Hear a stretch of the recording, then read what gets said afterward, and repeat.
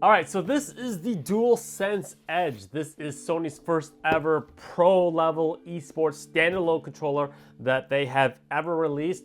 They did do a back paddle attachment for the PlayStation 4 controllers at the end of the PS4 life cycle, but this is their first ever dedicated controller that they put on the market.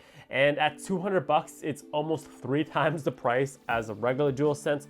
So in this video, I'm going to talk about, is the DualSense Edge worth your hard-earned money? All right, so when you open the box, you'll find a hard clamshell case that feels very sturdy. It's a hard white plastic that feels a lot like what the controller is made out of, has various Sony branding all around it. So it feels very authentic and Sony related. All right, we'll do a deep dive into all the accessories a little bit later. Let's just talk about first impressions and the overall aesthetics of the controller. So as of right now, it's only available in white. I would love to see more colors in the future because handling something that is white isn't the greatest over a long period of time, as we could probably all agree. But aesthetically, it's just a beautiful controller with the subtle changes that they've made. First thing that I noticed immediately is that they have added a little bit of texture to the touchpad. They have actually micro etched the PlayStation icon face buttons onto it on its surface. Gives it a little bit of a different feel and just makes it look a lot more high quality. They have inversed the D-pad as well as the face buttons, so it pops a little bit more with the black. And the detachable shield at the front is now in a nice glossy black as well. Probably the biggest aesthetic change that you'll notice that I personally don't like is that they've added 2 separate function buttons just below the joysticks. I would have preferred this button moved to the back just to make it look a little bit cleaner, but we'll get to that a little bit later. On the front underside of the controller, it's actually also a different material that feels a bit softer in the hands. And if you look very, very closely and hit it with the right light, that right Instagram angle, you'll actually see that they have once again micro etched the icons of the face buttons onto it. I don't know if my camera's gonna be able to pick that up, but it's a nice subtle touch that you won't know unless you actually like micro look at it, but it does feel good in the hands. In the box, you'll find this super long 2.8 braided cable that allows you to quickly charge your DualSense by plugging it directly into your PlayStation. And they've also included this optional mechanism that you can encase the end of USB-C cable to. It allows you to connect to your DualSense Edge, and once you place it in the lock position, it prevents the USB-C cable from ever falling out. Personally myself, I've never had an issue with the USB-C just falling out on its own.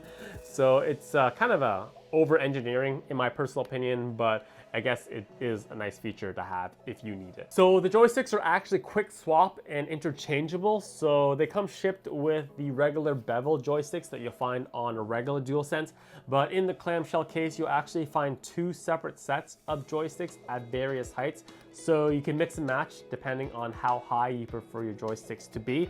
To change them, you literally just pull them off. You'll hear them disengage with a nice satisfying snap sound.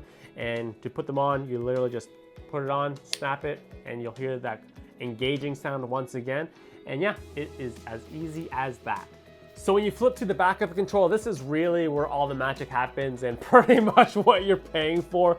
So at the top back of the controller, you'll find 2 separate sliders that allow you to independently change the travel distance of the L2 and R2 trigger. Personally myself, I like it to keep it on the shortest distance as possible. At the top distance, I just find the L2 and the R2 to be too mushy for my taste. So I just, like I said, keep it as short as possible. And keeping with the theme of the micro etched PlayStation face logos, they've actually also incorporated to the tips of the joysticks, just so you have a little bit more of a firmer grip and you avoid sliding off by accident. I've never had this issue, but it's just a nice little touch. It does make it feel a little bit more high quality. So just below that, you'll see the cutout for the back paddle attachment slots.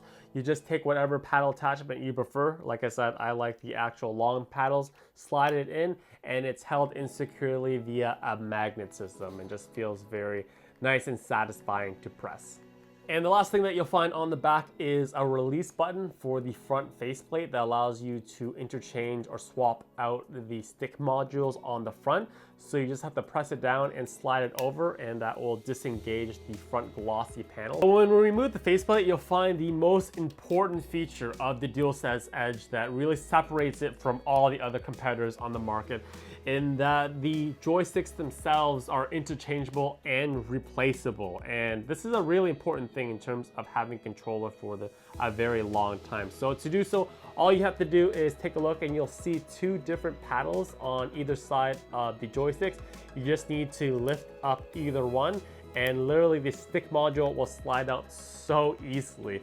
There is no difference between the left one and the right one. You can actually swap them out and rotate them pretty easily, like you would your tires on your car, just in case maybe you're heavier on one joystick or the other one. And this is really important in the age of joystick drift. I actually have never had an issue of joystick drift with a PlayStation controller. That's more of Nintendo Switch sort of thing. I find myself over time, they just become a little bit looser over time with use, as you would expect. So if your joystick stops working, or you just prefer to have your joysticks feel a little bit more tighter, you don't have to worry about just buying a brand new controller, because they're 200 bucks each. You literally only have to change out the stick modules, and the stick modules themselves are pretty affordable. They come out at 20 bucks a pop. So just in terms of long-term life of a product, it's a really nice feature that Sony has come up with. All right, so let's talk about what I dislike about the DualSense Edge. So as cool and important as these stick modules are for the long-term life of your controller that you're paying a lot of money for, I absolutely hate these function buttons and where they're placed. When I first saw the DualSense Edge, I thought they were going to be separate programmable buttons, which I thought, okay, it's kind of an awkward place to put them, but they have their purpose. But really what these buttons do is they allow you to swap quickly between 3 separate profiles that you can set and rename on the fly, and allows you to quickly access the software on the PlayStation 5 that allows you to quickly remap what the back buttons do. So I personally thought that this should be just a one singular button on the back of the controller, because in reality, most of us are not going to be swapping between games in a single play session, and if we do, it's not that much of work just to flip the controller over to press the button, and it just takes away from the overall aesthetics and beauty and prettiness of the DualSense Edge, so it just looks very awkward. And finally, the last thing about the DualSense Edge that I dislike is the same thing that has been plaguing wireless controllers from Sony since the PlayStation 4 era, and that the battery life on these controllers are absolutely terrible. I get about 4 hours of playtime before I get the low battery warning indicator. After that, you get about an hour before the controller absolutely dies. So quickly on the topic of charging, because like I said, all DualSense controllers, the battery life is not that great. They will be needing to be charged a lot of the time. So even with the long paddle attachments of the DualSense Edge on the back, it does fit perfectly into the official original charging block that Sony had at launch. It just fits like that. You get a nice satisfying click sound when it engages. This is the bigger complaint that I had against modern controllers from companies such as Hex Gaming. The back paddle attachment was just so large that it doesn't seat in the PlayStation Cradle, so you actually have to purchase a separate charging dock that allows you to seat the controller upside down in order to charge it effectively. So it's nice to know that this block works.